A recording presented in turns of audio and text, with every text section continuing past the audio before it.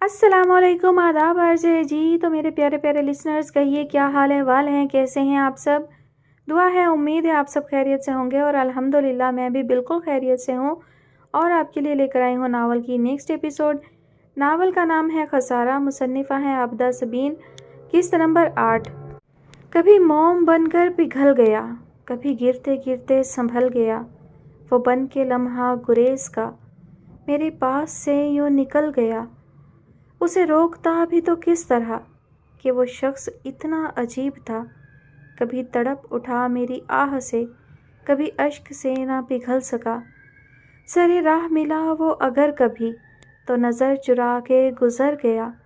وہ اتر گیا میری آنکھ سے، میرے دل سے وہ کیوں نہ اتر سکا۔ وہ چلا گیا جہاں چھوڑ کے، میں وہاں سے پھر نہ پلٹ سکا۔ وہ سنبھل گیا مگر آج تک میں بکھر کر پھر نہ سمٹ سکا۔ وہ اتنا سخت دل ہو گیا تھا کہ اس نے مجھ سے ملنے سے صاف منع کر دیا۔ اس دن میں وہاں سے پلٹ تو آیا تھا ریان، مگر میری روح جیسے وہیں رہ گئی تھی۔ اس کے انکار سے ایسا بکھرا میں کہ پھر عمر بھر نہ سمیٹ پایا خود کو۔ میں جانتا ہوں کہ وہ اپنی جگہ غلط نہیں تھا، وہ جائز تھا اپنے رویے میں، مگر میرے دل کو پھر بھی امید تھی کہ وہ سکندر بخت ہے، میرا یار، میرا جگر۔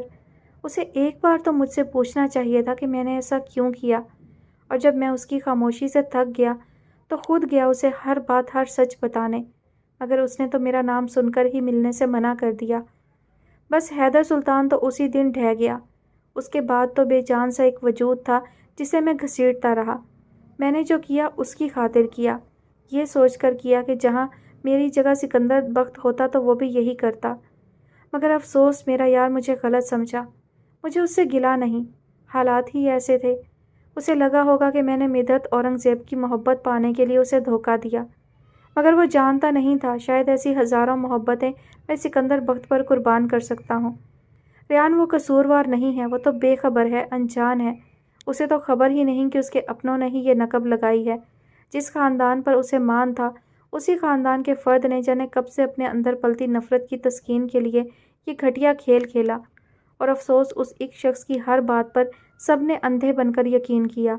اس کے والدین، اس کے بھائی، کوئی ایک بھی اگر عمر کی مخالفت کرتا، سکندر پر یقین کرتا، تو شاید مجھے چپ نہ رہنا پڑتا، مجھے اور تانیہ کو حوصلہ ہوتا، مگر وہ سب، وہ لمحے، وہ گھڑیاں، وہ منظر تو آنکھوں کی پتلیوں پر ٹھہر گئے ہیں ریان۔ جب سکندر بخت ہارا ہوا، آنکھوں میں شکست اور رشتوں کا ٹوٹا ہوا مان لیے مڑا تھا، حیدر سلطان کو اس کی ہار کسی صورت منظور نہ تھی۔ میں نے قدم اٹھایا تھا، مگر پھر تانیہ کے چہرے، اس کی آنکھوں کی منتوں نے، فریاد نے جیسے میرے قدم جکڑ لیے اور مایوس ہو کر چلا گیا۔ وہ اس دن حیدر سلطان کی محبت کو بھی اسی دہلیز پر دفن کر گیا تھا ریان، مار گیا تھا مجھے۔ اس کی آخری نگاہ کا بار میں اب تک نہیں اتار پایا۔ جس طرح جذبات اور احساسات کا بار انسان کو غلام بنا دیتا ہے، اس کی نگاہ کے اس بار نے بھی مجھے آج تک اٹھنے نہ دیا، پستی اور شرمندگی کی اتھاہ گہرائیوں میں اتار دیا مجھے۔ اور اس نگاہ کے وزن تلے حیدر سلطان نے انتہائی مایوسی کے ساتھ زندگی کے نئے سفر کا آغاز کیا تھا۔ پھر کئی سال بعد اچانک ہلچل ہوئی تھی۔ شہباز نے مجھ سے رابطہ کیا تھا، وہ مجھ سے ملنے آ رہا تھا۔ میرے اندر امید جاگی، میری روح یکدم جیسے سرشار ہوئی، سکندر بخت سے ملنے کی سبیل بن رہی تھی، مگر شہباز آیا ہی نہیں۔ میں منتظر رہا۔ وہ سکندر کے ابا سے مل کر انہیں عمر کے بارے میں بتانا چاہتا تھا۔ اس نے مجھے یقین دلایا تھا کہ سب ٹھیک ہو جائے گا۔ میں نے اور تانیہ نے سکندر کے ابا کو بھی آس دلائی، جو شاید اپنی انا کے خول اور باہری سختی سے لڑ لڑ کر تھک گئے تھے اور بیٹے کو دیکھنا چاہتے تھے، مگر شہباز آیا ہی نہیں، اور میری امید ہی رہ گئی۔ جب تمہیں سکندر ملے گا نا تو شہباز بھی مل جائے گا۔ اسے کہنا کہ کسی کو امید دے کر ایسے نہیں آزماتے کہ یہ آزمائش اس کی جان ہی لے لے۔ مجھے یقین ہے ریان، سکندر تمہاری بات پر اعتبار کر لے گا۔ اور سنو ریان، جب وہ میرا نام لے کر مجھے یاد کر کے روئے تو اسے رونے نہ دینا، منع کر دینا۔ ساری زندگی میری وجہ سے ہی تو وہ رویا ہے نا، اور اس کے دکھ کی تکلیف میں نے عمر بھر جب تک سانسیں رہیں وجود پر محسوس کی ہے، مگر یار مرنے کے بعد نہیں۔ اسے کہنا میرے ذکر پر مسکرائے تاکہ میری روح کو قرار آ جائے کہ میرا جگری میری وجہ سے ہنسا ہے۔ ریان سلطان کے ضبط کا امتحان ہوتا تھا جب وہ بابا کی یہ ڈائری پڑھتا تھا۔ اس نے اپنی گیلی آنکھیں صاف کی تھیں۔ اس کا دل کہتا تھا کہ اب وہ بہت جلد سکندر بخت کو ڈھونڈ لے گا۔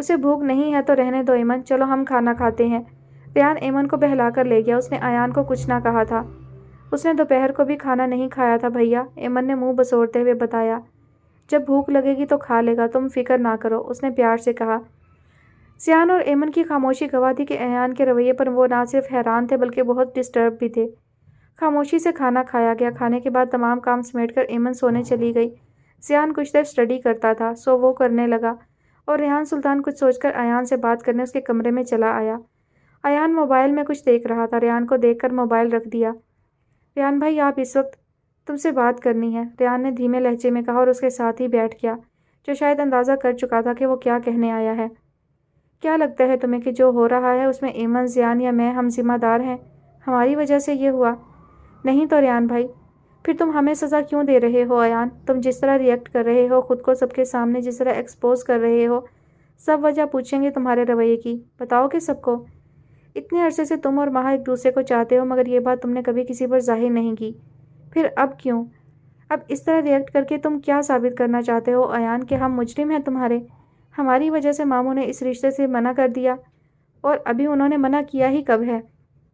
ریان کے آخری جملے پر ایان نے حیرت سے دیکھا۔ اس دن آپ کے سامنے ماہا کا فون آیا تھا نا، اس نے یہی بتانے کے لیے ہی کال کی تھی۔ میں نہیں جانتا ان کے گھر میں کیا بات ہوئی ہوگی، مجھے صرف اتنا علم ہے کہ میں نے ان سے سوال کیا ہے اور اب تک ان کا جواب مجھے نہیں ملا۔ انہوں نے مجھ سے میرے منع کرنے کا ریزن مانگا تھا، وہ انہیں مل گیا ہے۔ یعنی آپ نے اپنے اور ہانی کے نکاح کے بارے میں انہیں بتا دیا؟ ایان چونکا۔ ہاں، میں نے غلط کچھ کیا ہی نہیں جو چھپاتا، اور میں نے تمہیں کہا تھا کہ مناسب وقت پر انہیں بتا دوں گا، اور میرے خیال میں اس سے مناسب وقت کوئی نہیں ہو سکتا، ریان نے کہا۔ کیسے ریئیکٹ کیا انہوں نے؟ ماموں، نانو، تانیہ مامی؟ ایان کے انداز میں تجسس تھا۔ ریان جانے کیوں مسکرا دیا۔ ابھی ریئیکشن باقی ہے، میں ایکشن دے آیا تھا۔ مطلب؟ صرف اتنا کہ مایوسی گناہ ہے، اور پہلے دن سے تم سے یہی کہہ رہا میں کہ تم خود بھی امید کا دامن تھامے رہو اور ماہا کی بھی ہمت بڑھاؤ۔ وہ بہت زیادہ سٹریس میں ہے، کیونکہ وہ تمہاری طرح چیخ چلا کر دوسروں پر بے وجہ غصہ کر کے گھر کا ماحول خراب نہیں کر رہی، خود پر سہ رہی ہے۔ ان کے گھر کا ماحول خراب کرنے کے لیے ایک شخص کافی ہے نا، عمر اورنگزیب۔ اس نے سر جھٹکا۔ اتنی بدگمانی ایان؟ ان سے اچھا گمان کبھی باندھا ہی نہیں تھا ریان بھائی، وہ بس خود پر تو تھا اچھا گمان، اور یقین، اور یہی یقین اسے بھی دیا ہوگا۔ پھر کیوں Ayan? I don't know Rayan بھائی، اس طرح ریئیکٹ کرنا نہیں چاہتا، مگر شاید مجھ میں آپ کی طرح برداشت نہیں ہے، اس نے شرمندگی سے کہا۔ ریان نے تعصب سے اسے دیکھا۔ گمان اچھا رکھو ایان، صلہ بھی اچھا ملے گا۔ ہماری سوچ ہماری کامیابی پر بہت زیادہ اثر انداز ہوتی ہے، سو بی پازیٹیو۔ ریان نے اس کا کندھا تھپکا۔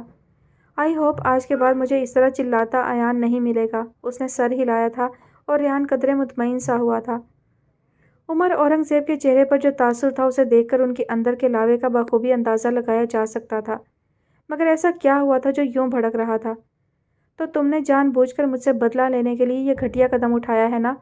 مگر تم بھول گئے شہباز سلیم، عمر اورنگزیب تمہارے ساتھ کیا کر سکتا ہے؟ جو تمہیں جھوٹے مقدمے میں 10 سال کی جیل کروا سکتا ہے نا، وہ تمہارے اس فیصلے پر تمہیں تباہ و برباد کر سکتا ہے۔ تم نے سوچ کیسے لیا کہ تم اس طرح مجھے نیچا دکھا سکتے ہو؟ عمر کے اس طرح چیخنے پر وہ جہاں کوفت زدہ تھا اتنا ہی الجھ بھی گیا۔ اس نے ایسا کیا کر دیا جو وہ یوں دل ملا رہا تھا؟ وہ کیسے اس گھٹیا شخص کی حرکات بھول سکتا تھا جس نے اس کی ساری زندگی کی خوشیاں کھا لی تھیں؟ اس بات سے وہ خود انجان تھا کہ آخر ایسا کیا ہو گیا تھا کہ اس شخص کی دم پر پیر آ گیا اور چلانے لگا۔ بہرحال اس کی تڑپ اور تل ملاہٹ نے شہباز کے اندر ایک ذرا سا اطمینان اتارا تھا۔ اب پتہ چلا مجھے کہ ریان کا رویہ دن بدن میرے ساتھ اتنا اکھڑتا کیوں جا رہا ہے۔ یہ سب تمہاری کارستانی ہے، تمہاری پلاننگ۔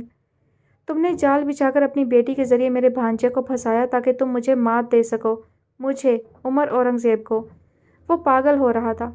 تمہارا بھانجا؟ شہباز حیرانی سے بڑبڑایا۔ ڈرامہ بند کرو یہ انجان بننے کا، تم گھٹیا انسان، مجھ سے بدلہ لینے کو تم نے اپنی بیٹی کو استعمال کیا۔ مگر یاد رکھنا شہباز، اگر تم یہ سمجھتے ہو نا کہ اپنی بیٹی کا نکاح ریان سے کر کے تم نے مجھے ہرا دیا ہے، یا تم میرے بھانجے کو میرے خلاف بھڑکا کر اپنی دیرینہ خواہش پوری کر سکتے ہو، تو بھول جاؤ۔ عمر اورنگزیب جو کرتا ہے وہ پکا کام ہوتا ہے۔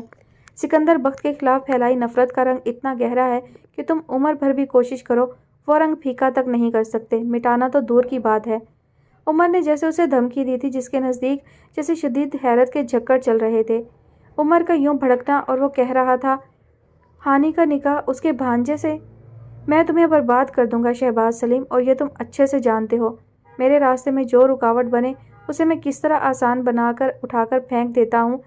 تمہاری بیٹی کو ریان کی زندگی سے نکالنا میرے لیے یوں چٹکیوں کا کام ہے۔ وہ ریان سلطان ہے، میرا بھانجا، حیدر اور مدھو کا بیٹا، اور وہ وہی کرے گا جو میں چاہوں گا۔ عمر نے حقارت بھری نظروں سے اسے دیکھا۔ بہت غلط کام کیا ہے تم نے، اپنے ہاتھوں ہی اپنی بیٹی کے لیے مشکلات اور مصیبتیں کھڑی کر دیں۔ وہ جو اب تک بھڑک رہا تھا اب تمسخر اور اطمینان بھرے انداز میں شہباز سلیم کے چہرے پر اڑتی ہوائیاں دیکھ رہا تھا۔ عمر اورنگزیب جانتا تھا کہ وہ کتنا بزدل ہے، وہ کبھی بھی اس کے سامنے کھڑے ہونے کی جرت نہیں کر سکتا تھا۔ 10 سال پہلے بھی اس نے بڑے جوش اور ہمت سے سب کچھ ٹھیک کرنے کا ارادہ باندھا تھا۔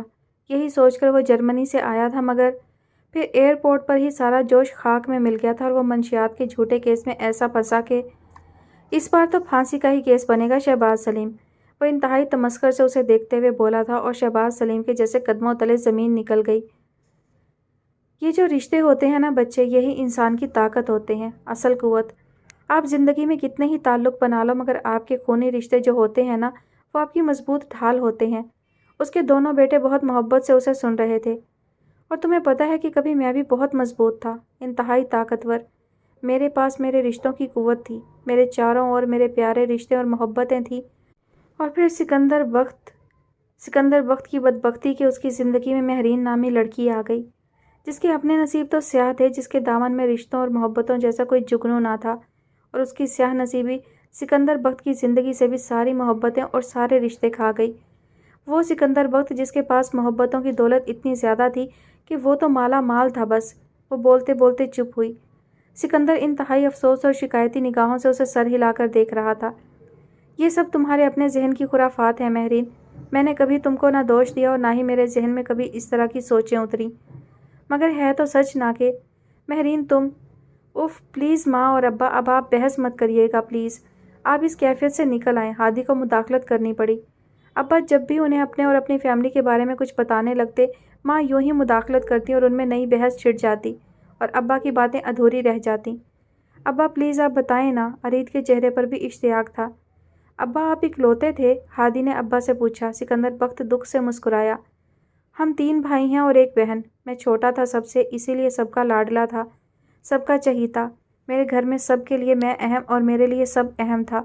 اس کے اندر جیسے کوئی سسک سسک کر رونے لگا۔ آپ کے لیے کون اہم تھا ابا؟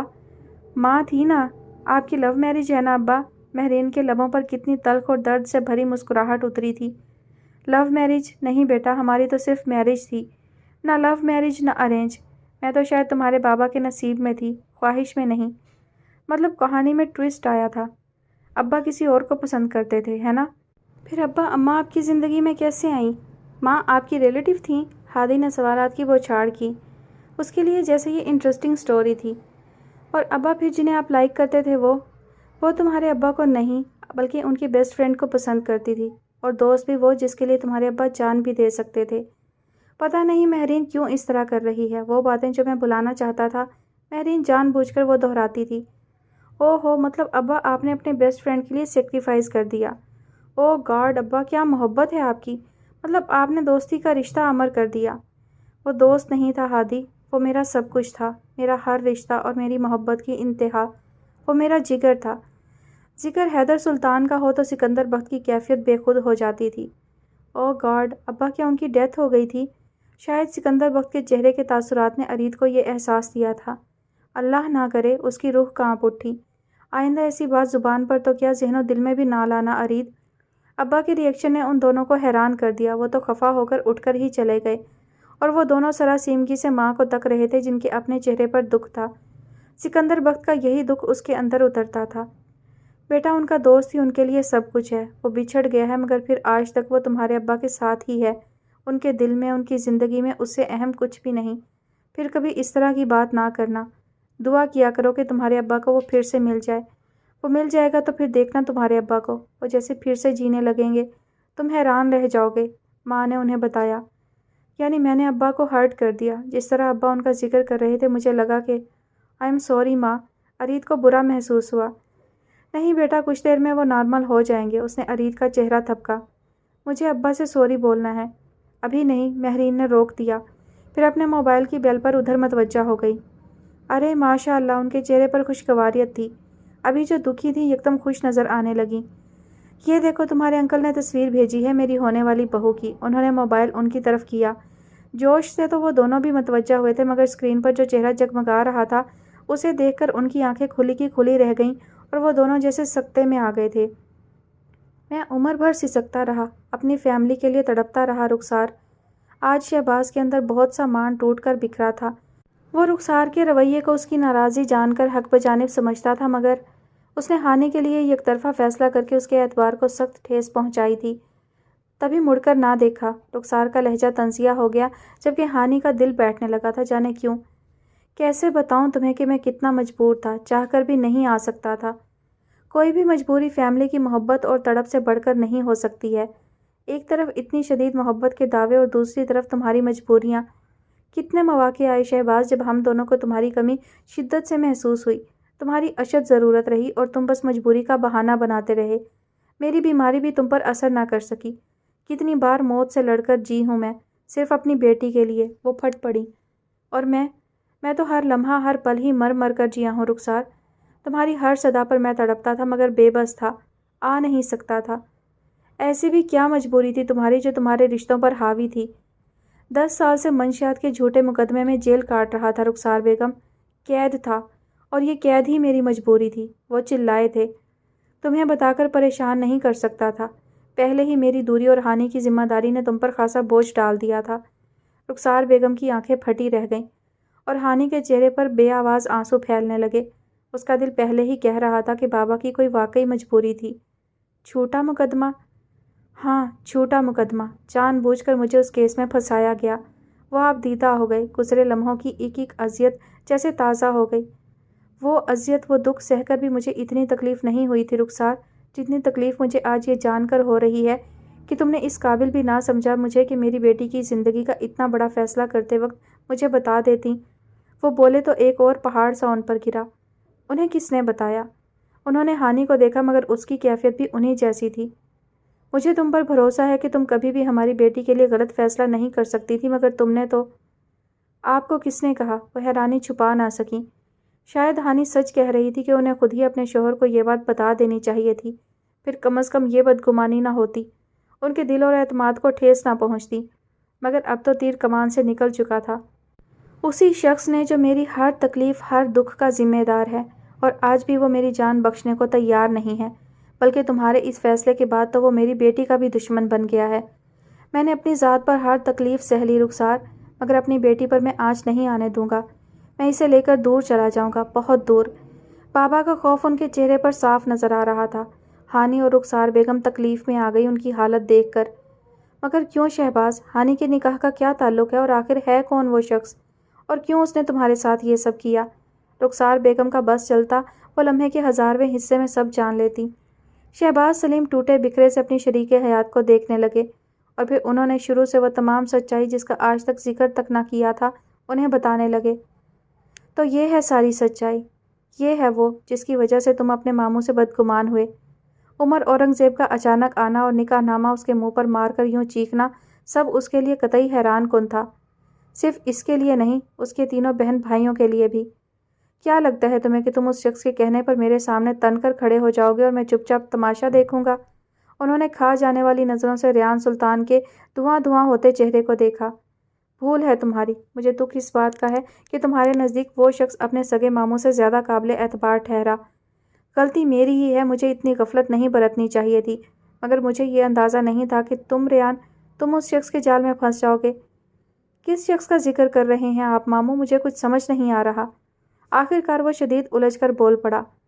نادان بننے کا ڈرامہ بند کرو ریان، تم اچھی طرح جانتے ہو میں کس کی بات کر رہا ہوں، جس کی بیٹی سے تم نے نکاح کر لیا اور باپ سے انجان ہو۔ یہ کیسے ممکن ہے؟ میں اسی شہباز سلیم کی بات کر رہا ہوں جس کا نکاح نامے میں تمہاری بیوی کے ولدیت کے خانے میں نام لکھا ہے۔ وہی شہباز سلیم جو تمہیں میرے خلاف بھڑکا رہا ہے۔ وہ چیخے، مگر اس کی سماعت میں تو صرف ایک جملہ تھا، شہباز سلیم، یعنی ہانی کے بابا۔ عمر اورنگزیب اتنی انسلٹ کر گئے تھے، مگر اس کے چہرے پر سکون تھا۔ ان کی کسی بات پر بھی وہ ہرگز غصے میں نہیں آیا تھا۔ اتنا سب کچھ برداشت کرنے کی وجہ اگر میں ہوں تو ریان بھائی، مجھے ایسی کوئی خوشی درکار نہیں۔ آپ کی عزت سے بڑھ کر نہیں ہے میرے لیے کچھ بھی۔ ایان کو لگا کہ صرف اس کی خاطر ریان نے عمر ماموں کی بات برداشت کی، مگر ریان جواباً مسکرایا تھا۔ خوشی تو وہ خود مجھے دے گئے، انہیں تو خود اندازہ نہیں ہوگا کہ انجانے میں وہ مجھے کیا دے گئے۔ مبہم سا لہجہ اور نہ سمجھ میں آنے والے الفاظ۔ ریان بھائی وہ انسلٹ کر گئے ہماری، آپ کے اور ہانی کے رشتے کو ماننے سے انکار کر گئے۔ ایان نے ایسے جتا کر احساس دلانا چاہا، عزت اور ذلت دینا میرے رب کے بس میں ہے ایان، اور مجھے یقین ہے کہ میرے رب نے ہی انہیں یہاں بھیجا، اس سچ کو مکمل جاننے کے لیے جو اب تک ادھورا تھا۔ اور بھلا عمر ماموں سے بڑھ کر کون مجھے یہ بتا سکتا تھا؟ مجھے کچھ سمجھ نہیں آ رہا ہے ریان بھائی، آپ کی یہ پراسرار مسکراہٹ کی آدھی ادھوری الجھی باتیں۔ ایان واقعی پریشان ہو گیا۔ تب ریان نے گہری سانس خارج کی اور ان تینوں کی طرف دیکھا جو عمر ماموں کے جانے کے بعد اب تک شوق میں تھے۔ ادھر آؤ تم تینوں، میرے پاس بیٹھو۔ اس نے تینوں کو اپنے قریب بٹھایا۔ وہ غصے میں تھے، جوش میں جو کہہ گئے وہ اتنا اہم نہیں، جوش میں بہت کم ہوش سے کام لیا جاتا ہے۔ میں انہیں ان کے انداز میں جواب دیتا تو ان کی بے ادبی تھی، وہ ہماری ماما کے بھائی ہیں۔ وہ بہت تحمل سے انہیں سمجھا رہا تھا۔ مگر مجھے بہت ڈر لگ رہا ہے بھیا، ایمن کے لہجے میں خوف تھا۔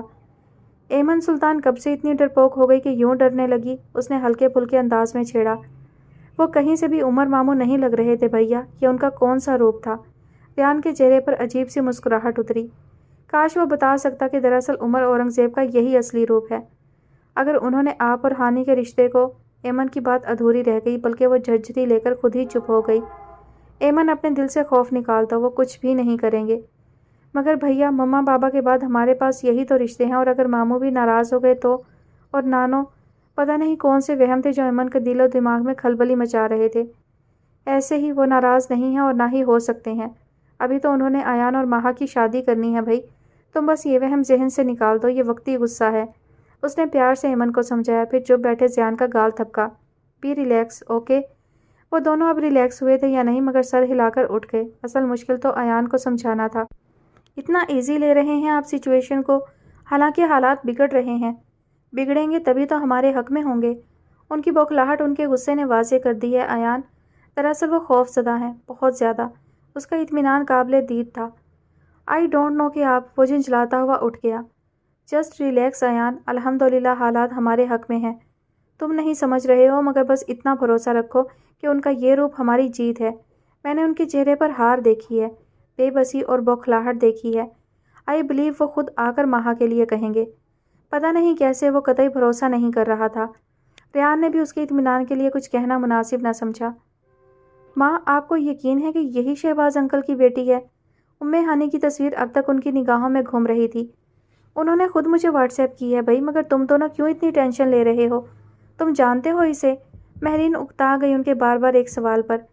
جی ہاں، اور بہت اچھے سے جانتے ہیں۔ انفیکٹ یہ ہمارے ساتھ تھی یونی میں، ہانی ہے اس کا نام، ارید نے بتایا۔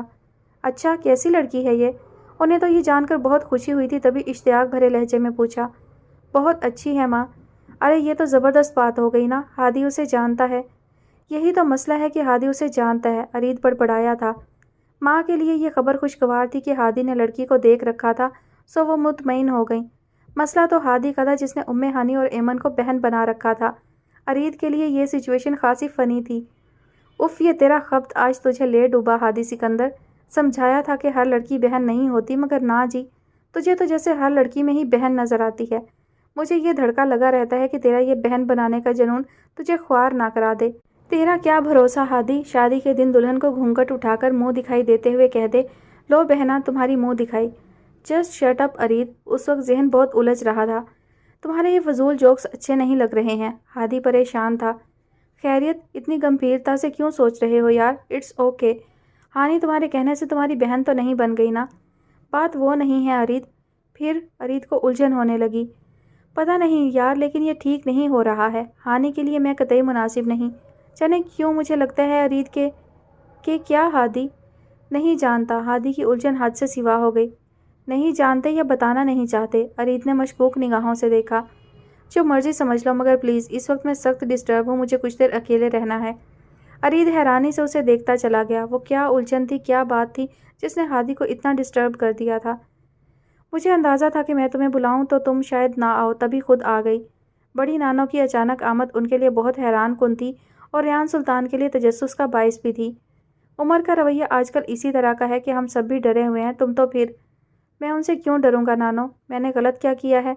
انہیں غلط لگتا ہے تو میں… وہ تلخ ہونے لگا تو چپ ہو گیا۔ چھوڑو، میں تمہارے نکاح کے موضوع پر بات کرنے نہیں آئی۔ حیدر نے اگر تمہارے لیے یہ فیصلہ کیا تھا تو یقیناً اچھا ہوگا۔ حیدر بہت سمجھدار بچہ تھا، وہ غلط نہیں کرے گا۔ وہ تو میرے سکندر کی…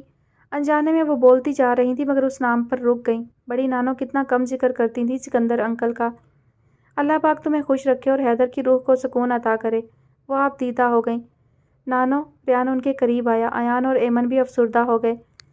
اللہ جانے کس کی نظر کھا گئی، ورنہ حیدر اور سکندر کی دوستی تو ایسی تھی کہ یک چاند دو کالب۔ حیدر کو سکندر کی جدائی ہی کھا گئی، تمہارے نانا کو بھی۔ بس میں ہی ڈھیٹ ہڈی ہوں جسے بیٹے کی جدائی بھی نہ مار سکی۔ اب تو یہی آخری خواہش ہے کہ بس ایک بار اپنے بچے کو دیکھ لوں۔ انشاءاللہ نانو، بہت جلد میں انہیں تلاش کر لوں گا، آپ پلیز مت روئیں۔ میرا سکندر ہمارے ساتھ ہوتا تو حیدر کے بعد تمہیں کبھی یوں اکیلے نہ چھوڑتا۔ جانے کہاں بھٹک رہا ہے اپنے ناکردہ گناہوں کی سزا کاٹتے ہوئے۔ آج وہ کمزور پڑ گئی تھیں۔ نانو، ریان نے انہیں خود سے لگا لیا، ضبط کا امتحان اس کا بھی کڑا تھا۔ سکندر انکل کا نام آتے ہی بابا کی ساری شدتیں، تکلیفیں اسے یاد آ جاتی تھیں۔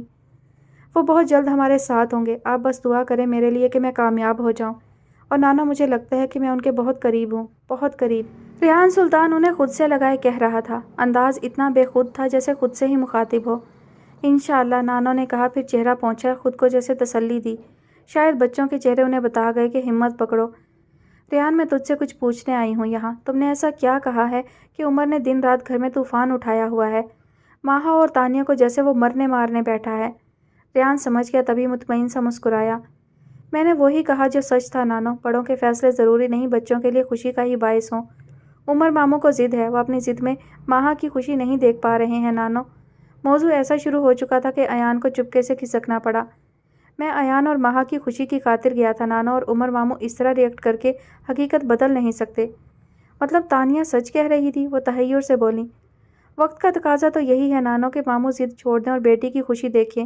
ان کی یہ ضد کہیں ان کے پچھتاوے کا باعث نہ بن جائے۔ اللہ نہ کرے، لگتا ہے اب مجھے خود ہی اس سے بات کرنی ہوگی۔ ان کا انداز پرسوچ تھا۔ السلام علیکم ریان بھائی۔ ہادی کی اچانک آمد خوشگوار تھی، کافی دن بعد آیا تھا وہ۔ وعلیکم السلام، کیسے ہو بھائی، اور کہاں غائب ہو گئے ہو؟ آتے ہی نہیں اب تو۔ ریان بہت گرم جوشی سے ملا تھا، پھر بڑی نانو سے ان کا تعارف کرانے لگا جو یک ٹک بس اسے دیکھے جا رہی تھی۔ انہیں تو اس کے چہرے میں سکندر کی شبیہ نظر آ رہی تھی۔ بابا بہت خوفزدہ ہیں ریان، وہ مجھے اور ماما کو یہاں سے لے جا رہے ہیں، پلیز آپ آ جاؤ۔